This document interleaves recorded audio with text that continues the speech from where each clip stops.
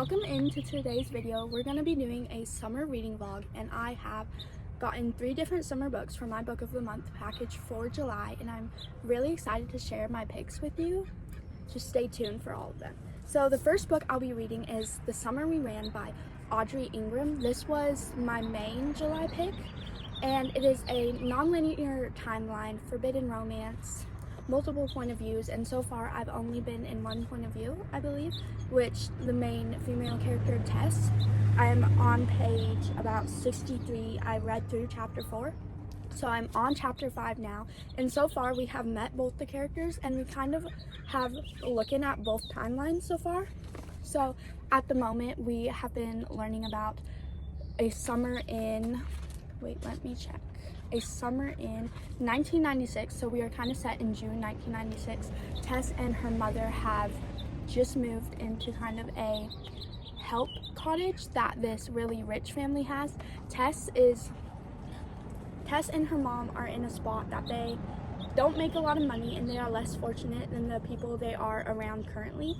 And Tess's mom was hired by this really rich, I can't remember the word they used for her, but she works in Washington, D.C., but has a summer house in Virginia, I believe. And so this rich lady hires Tess's mom, and now mom is kind of working as help in her house. And we got to a point where Tess was hired by the neighbor, Tess was hired by the neighbor to help with Mrs. Alexander's garden because Tess impressed her with all her knowledge that she has for flowers and everything. It's just young love so far. And we, in the past timeline, they were just hanging out, some stuff happened, they kissed, and then in the present timeline, Tess and Grant are running against each other for office. I'm not sure what position, but they are running against each other.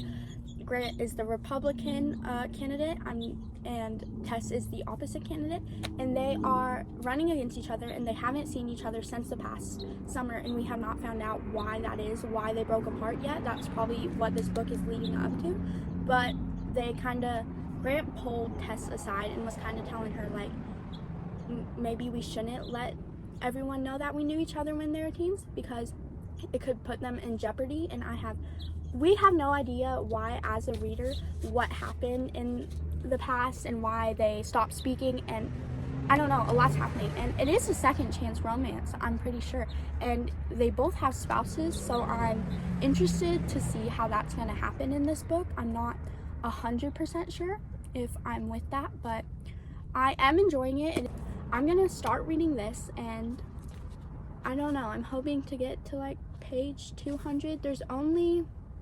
321 pages in this book, so I don't know how long it'll take me, but we'll see. So let's get started on the first book of this video.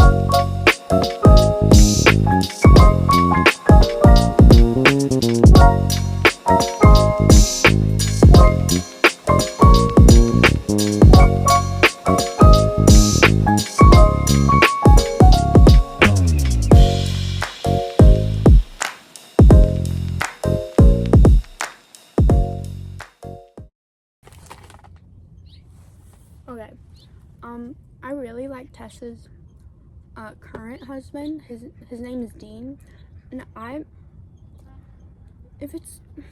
just don't understand what's gonna happen.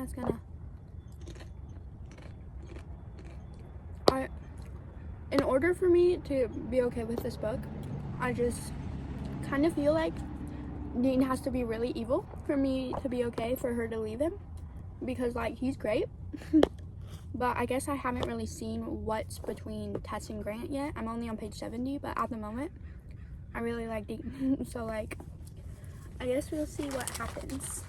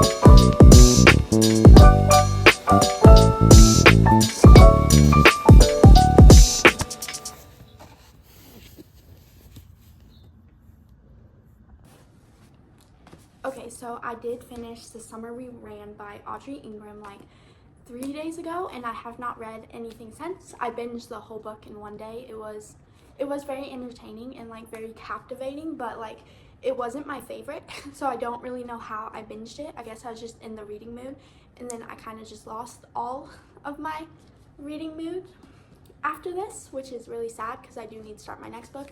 I've not read any of this, and it's been like 3 days, so that's really fun. But let's just do my full review. So I gave this book a 3.5 star. I did really enjoy the past timeline. I thought the young love was really interesting to kind of follow, and I could feel their connection and kind of how they were like falling in love and everything, and I just really enjoyed that story, and I felt like there was just a lot more happening in the past timeline and a lot more like interesting things going on, and I don't know, I didn't really see that in the present timeline. I honestly could not tell that they were ever in love in the present timeline. Like, it didn't feel like they had any connection at all, which is really sad because they had so much history and so much happened. Like, I was told that like they were in love once and that they still kind of love each other now, and I just did not see it at all, which is really sad because I really like the past.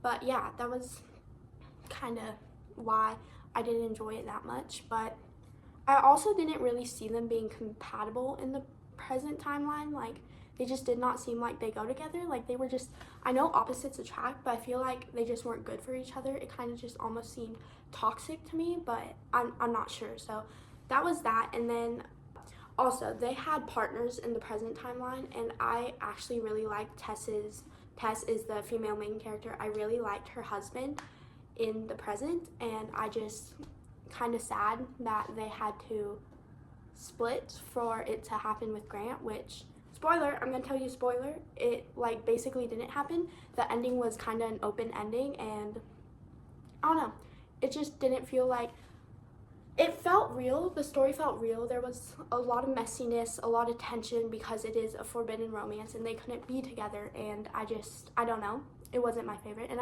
I know I'm doing a really bad job of explaining this, but that's kind of my thoughts about it. So 3.5 for this book. I do recommend it. It was fun.